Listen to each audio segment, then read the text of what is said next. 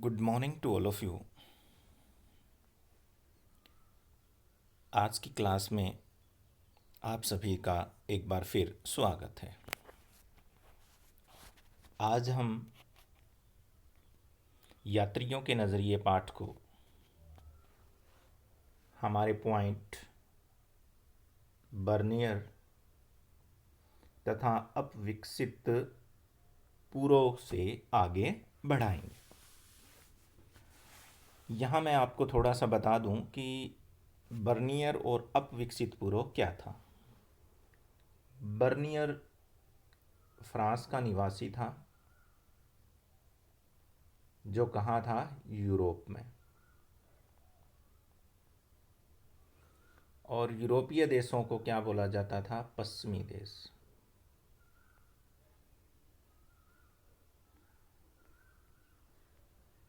वो आया कहाँ था, भारत में। और भारत कहाँ था, एशिया में। और एशिया जो महाद्वीप थे, उनके देशों को क्या बोला जाता था, पूर्वी देश। और जब हम फ्रांसवा बर्नियर के बारे में पढ़ रहे थे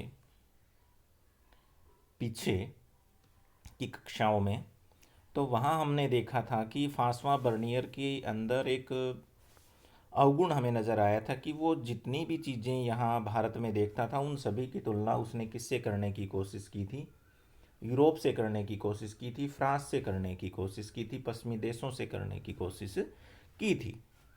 और उसने जितनी भी चीज़ें यहाँ पर देखी, जो भी अनूठी चीज़ उसे नज़र आई, उसने भी इसको क्या किया था, प्रभावित किया था। तो जब भी उसने भारत में कोई भी सामान्य रूप से कोई भी चीज़ उसने देखी, तो उसकी तुलना उसने हमेशा किससे की थी, फ्रांस से की थी। ऐसा भी नहीं है, यहाँ बहुत सी परिस्थितियाँ उसको ऐसी भी मिली जिससे उन्हें अवसादकारी भी लगा कि ऐसी घटनाएं भी देश में क्या हो रही है, घटित हो रही है। जैसे कि सती प्रथा को उसने देखा, तो उसने देखा कि किस प्रकार यहाँ महिलाओं को ज़बरदस्ती जो है आग की लपटों में झुलसा दिया जाता है। उसने देखा कि कुछ ऐसे भी कारण हैं जहाँ महिलाएं जो है स्वयं भी जो है मरने को क्या हो जाती हैं, तैयार हो जाती हैं। बड़ी छोटी उम्र में एक 12 वर्ष की आयु की जो लड़की है, उसको सती होते हुए उसने देखा। तो ऐसी जो परिस्थितियाँ उसको मिली, तो वो चिंतित भी था। तो उसका एक लहजा ये भी था कि वो यूरोपीय स्थिति से इनकी स्थिति को जो है तुलना करके बताना चाहता था कि आप इन परिस्थितियों की बजाय जो है अन्य परिस्थितियाँ भी इनको क्या कर सकती हैं, दे सकते हैं। और हम सभी को पता है कि ये पर नज़र आती है हमें, उनको हम थोड़ा सा क्या करेंगे, यहाँ जानने का प्रयत्न करेंगे। तो उसमें ये देखिए, बर्नियर ने एक ग्रंथ लिखा था, travels in the Mughal empire, यानी कि मेरी मुग़ल साम्राज्य की यात्रा। मेरी मुग़ल साम्राज्य की क्या थी, यात्रा थी। तो उस यात्रा के अंदर उसने जो भी कुछ देखा था, उन सभी का वर्णन कहाँ पर किया था, अपने इस ग्रंथ में। ये देखिए, तो उसने जो भी इसमें लिखा था, वह निरंतर मुगल कालीन भारत की तुलना किससे करता रहा, यूरोप से करता रहा। सामान्यतः वो क्या बताना चाहता था कि यूरोप की श्रेष्ठता को रेखांकित करता है। उसका जो चित्रण था वो द्विविपरीतता के नमूने पर आधारित था। द्विविपरीतता का मतलब होता है कि किसी चीज़ को दूसरे के क्या दिखाना, विपरीत। जैसे यूरोप का जो विपरीत था, ये देखिए कि भारत को यूरोप के प्रतिलोम के रूप में उसने दिखाया, या फिर यूरोप का क्या दिखाया, विपरीत जैसा। कि कुछ इतिहासकार उसको क्या करते हैं, परिभाषित करते हैं। तो जो भिन्नताएं उसने महसूस की, उन्हें भी उसने पदानुक्रम के अनुसार क्रमबद्ध किया, जिससे भारत पश्चिमी दुनिया को क्या प्रतीत होता है, निम्न कोटि का। ये इसकी एक बहुत बड़ी क्या थी, आलोचना थी। अगर हम अलबेरूनी को पढ़ें या फिर हम इब्न बतूता को पढ़ें, तो उसके मुकाबले में। उसके बाद नेक्स्ट जो हमारा पॉइंट्स आता है वो यहाँ पर, भूस्वामित्व का प्रश्न। यहाँ मैं आपको बताता हूँ कि बर्नियर ये कहता है कि भारत के जो लोगों की दयनीय स्थिति है, भारतीय किसान और मज़दूरों का अगर जो शोषण हो रहा है, भारत के जो शहर है वो समृद्ध इतने ज़्यादा नहीं है, अगर समृद्ध भी हैं तो एक निश्चित समय के बाद जो है उनका लोप हो जाता है। और यहाँ पर जो राजा है वो भिखारियों और किसका है, क्रूरों का राजा है।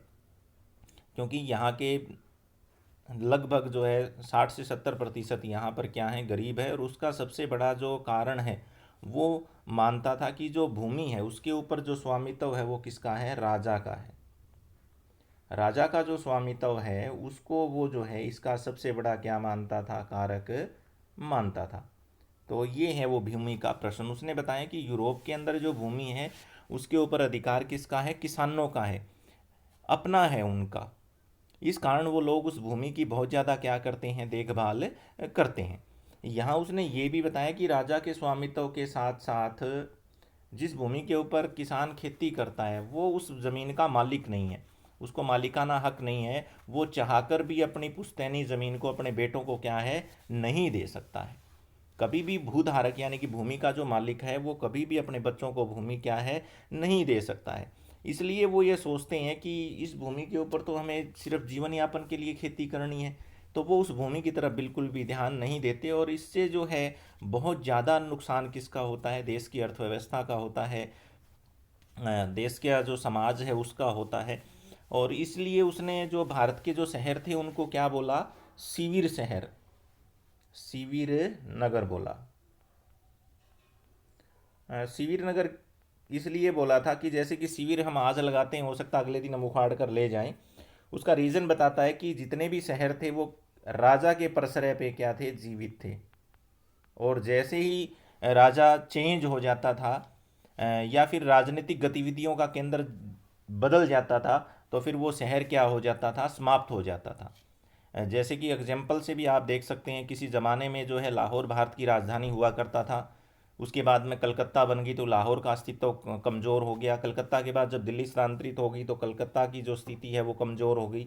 और फॉर एग्जांपल मैं आपको आज के परिप्रेक्ष्य में भी बता सकता हूँ कि जैसे कि हरियाणा है, हरियाणा के चीफ मिनिस्टर करनाल से बिलोंग करते हैं। किसी ज़माने में हरियाणा के सीएम रोहतक से बिलोंग करते थे, तो रोहतक का विकास होता था, रोहतक जो है माया नगरी बन गई थी। लेकिन अब कौन बन गई है, करनाल बन गई है। तो ये शिविर नगर के रूप में जो है उसने क्या किए थे, प्रेषित किए थे।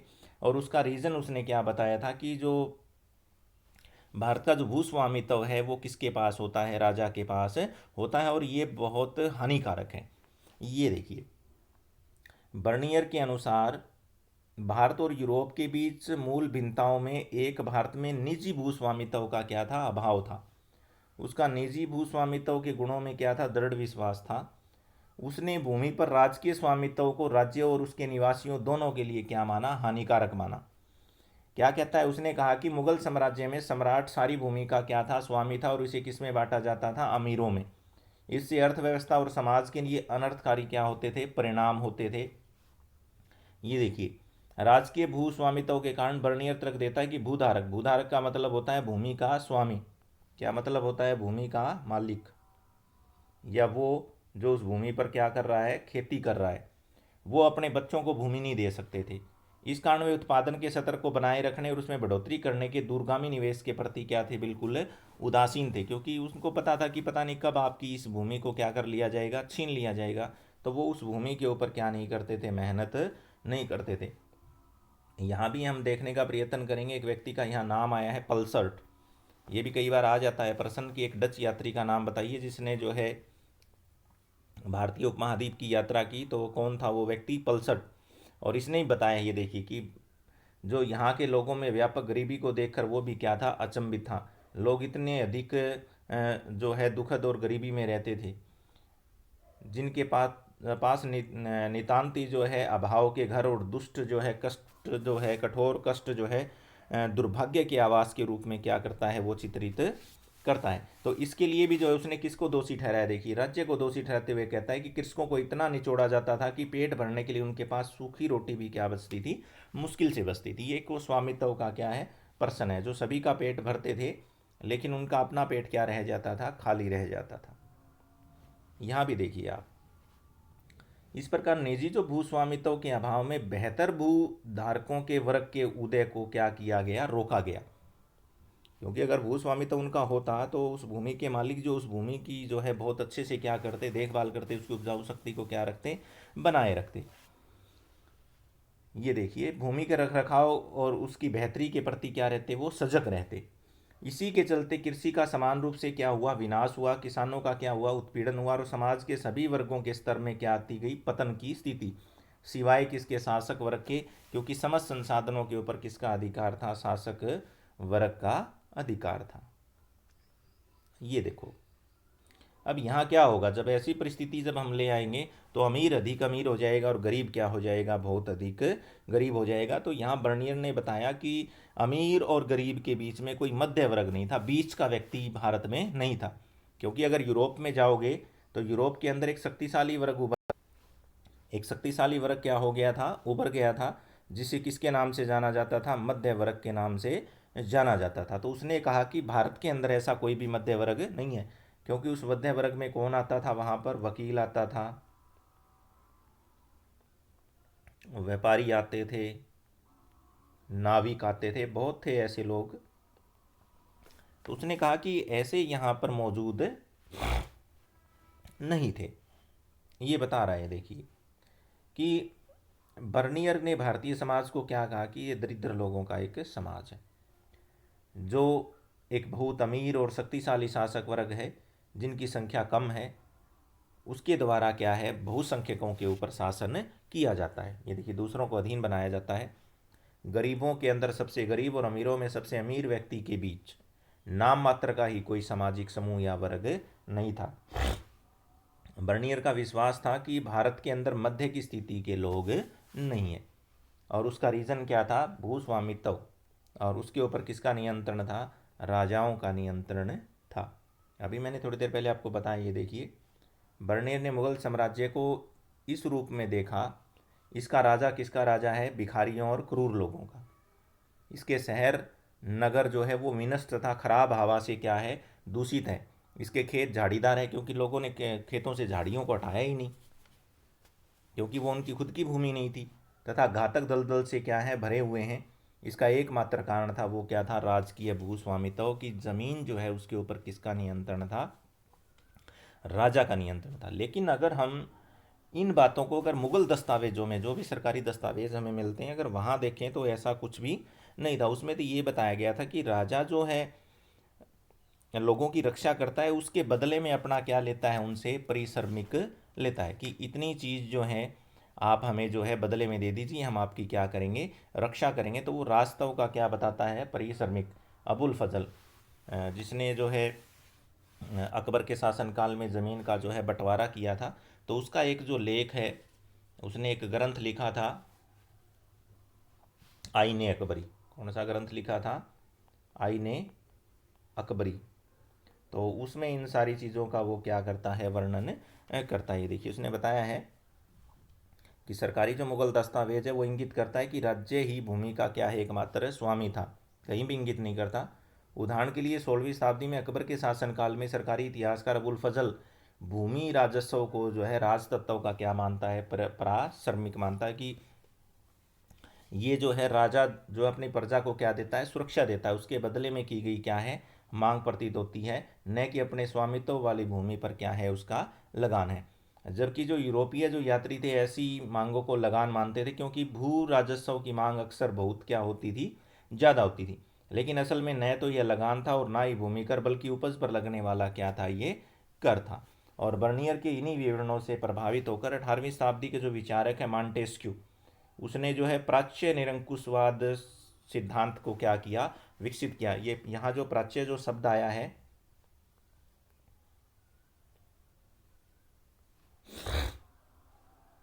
ये जो प्राच्य जो शब्द यहाँ पर आया है, ये किसके लिए आया है, पूर्वी देशों के लिए। क्योंकि पश्चिमी देशों के लिए कौन से शब्द का इस्तेमाल होता था, पाश्चात्य, पश्चिमी देशों के लिए। तो उसने कहा निरंकुशवाद का मतलब होता है यहाँ पर कि राजा के अधिकार क्या थे, असीमित थे। निरंकुशवाद का मतलब क्या था, राजा के अधिकार क्या थे, असीमित थे, उनके ऊपर किसी का प्रकार का कोई भी अंकुश नहीं था। तो ये जो अवधारणा है वो उसने जो है कहाँ से प्रभावित होकर ली है, बर्नियर ने जो कुछ भी लिखा भारत के बारे में उससे जो है आधारित थी। ये बता रहे, देखिए कि जो शासक है वो अपनी प्रजा के ऊपर निर्बाध रूप से क्या करते हैं, प्रभुत्व का उपभोग करते हैं। जिसे दास्ता और गरीबी की स्थिति में क्या है उस जनता को रखा जाता है। सारी भूमि के ऊपर राजा का स्वामित्व था और निजी संपत्ति अस्तित्व में नहीं थी। इस दृष्टिकोण के अनुसार राजा और उसके अमीर वर्ग को छोड़कर प्रत्येक व्यक्ति मुश्किल से क्या करता था, गुजर बसर करता था। और इसी विचार को जो है आगे किसने बढ़ाया फिर दोबारा, कार्ल मार्क्स ने। किसने बढ़ाया? कार्ल मार्क्स ने। ये देखिए, उसने एक सिद्धांत दिया था अतिरिक्त मूल्य का। किसका दिया था? अतिरिक्त मूल्य का सिद्धांत। इसको अधिशेष भी बोला जाता था। क्या बोला जाता था इसको? अधिशेष भी बोला जाता था। अधिशेष का मतलब होता है किसान और मजदूर का हिस्सा जो जाना उसके पास चाहिए, लेकिन वो अधिशेष किसके पास चला जाता? उस ज़मीन के मालिक के पास चला जाता। इस कारण जो है मजदूर जो है वो क्या हो जाता है? गरीब हो जाता है। ये देखिए, 19वीं शताब्दी में कार्ल मार्क्स ने इस विचार को एशियाई उत्पादन शैली के रूप में आगे बढ़ाया और उसने तर्क दिया कि उपनिवेशवाद से पहले अधिशेष का अधिग्रहण कौन करता था? राज्य करता था। पूंजीवाद में कौन करना शुरू कर गया? उद्योगपति करने लग गए। तो उसने एक ऐसे समाज का उद्भव हुआ जहां बड़ी संख्या में स्वायत्त और समतावादी ग्रामीण समुदायों से क्या था? बना हुआ था। इन ग्रामीण समुदायों पर राजकीय दरबार का क्या होता था? नियंत्रण। जब तक अधिशेष की आपूर्ति निर्विघ्न रूप से जारी रहती थी, स्वायत्ता का क्या किया जाता था? सम्मान किया जाता था। और ये क्या थी? बिल्कुल निष्क्रिय प्रणाली, कि लोग जो है इस ढर्रे में चलते रहते थे, वो कोई भी परिवर्तन नहीं चाहते थे। लेकिन यदि हम ग्रामीण समाज का ये चित्रण सच्चाई से क्या था? बहुत दूर था, क्योंकि अगर रियलिटी में हम देखेंगे तो 16वीं और 17वीं शताब्दी में ग्रामीण समाज में चारित्रिक रूप से बड़े पैमाने पर सामाजिक और आर्थिक विभेद थे। एक और बड़े जमींदार थे जो भूमि पर उच्च अधिकारों का क्या करते थे? उपभोग। और दूसरी ओर क्या थे? अस्पृश्य, भूमि विहीन श्रमिक, यानी कि बलाहार, जिनके बल का क्या किया जाता था? इस्तेमाल किया जाता था। दोनों के बीच में कौन होता था? एक बहुत बड़ा किसान होता था जो किराए के श्रम का क्या करता था? उपयोग करता था। ज़मीन को जो है पट्टे के ऊपर लेकर के क्या करता था? खेती करता था। माल उत्पादन में क्या रहता था? संलग्न रहता था। और साथ ही अपेक्षाकृत क्या थे? छोटे किसान भी थे जो मुश्किल से जो उनका निर्वाह होता है उसके लायक ही क्या कर पाते थे? उत्पादन कर पाते थे। उसके बाद में नेक्स्ट जो हमारा पॉइंट्स आता है वो होता है एक अधिक जटिल सामाजिक सच्चाई, कि रियलिटी क्या थी यहाँ पर। हर जगह अगर हम देखेंगे तो बर्नियर ने कहा कि जितना भी अधिशेष आता था, जितना भी लाभ का पैसा आता था, वो सारा किसके पास चला जाता था? राजा के पास चला जाता था। तो इसलिए जो चाहे वो शिल्पकार हो, चाहे वो किसान हो, किसी के पास भी अपने उत्पादन को बेहतर बनाने के लिए कोई भी उनको पुरस्कार नहीं मिलता था। इस कारण जहाँ भी उत्पादन होता था वो जगह क्या होती गई? समाप्त होती गई। और भारत के अंदर जितनी भी बहुमूल्य जो धातुएं आई थी वो सिर्फ व्यापार से यूरोपीय देशों से आई थी। यहाँ पर किसी भी चीज़ का इतना ज़्यादा ज़बरदस्त उत्पादन नहीं होता था। उसने ये बताने का यहाँ पर क्या किया है? प्रयत्न किया है। देखिए, उदाहरण के लिए शिल्पकारों के पास अपने उत्पादों को बेहतर बनाने का कोई प्रोत्साहन नहीं था, क्योंकि मुनाफे का जो अधिग्रहण है वो किसके द्वारा कर लिया जाता था? राज्य के द्वारा। इसलिए उत्पादन हर जगह क्या था? पतनोन्मुख था। पूरे जो विश्व से जो बड़ी मात्रा में बहुमूल्य धातुएं भारत में आती थी, क्योंकि उत्पादों का सोने और चांदी के बदले में क्या होता था? निर्यात होता था। और यह एक समृद्ध व्यापारिक समुदाय जो लंबी दूरी के विनिमय में क्या था? संलग्न था, के अस्तित्व को क्या करता है? रेखांकित करता है। ये एक बहुत जटिल जो है सच्चाई उसने यहाँ पर बताने का क्या किया है? प्रयत्न जो है किया है।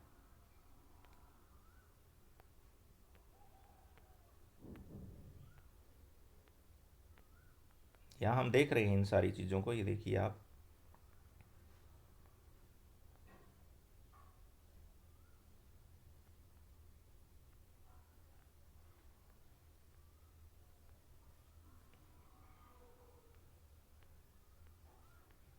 उसके बाद हम यहाँ पहुँचते हैं नगरों के बारे में, जो है वो क्या कहता है हमें।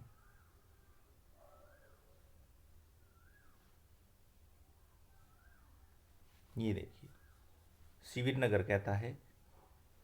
इस पॉइंट्स का अध्ययन जो हम आगे की कक्षा में करेंगे। थैंक यू बेटा, थैंक यू।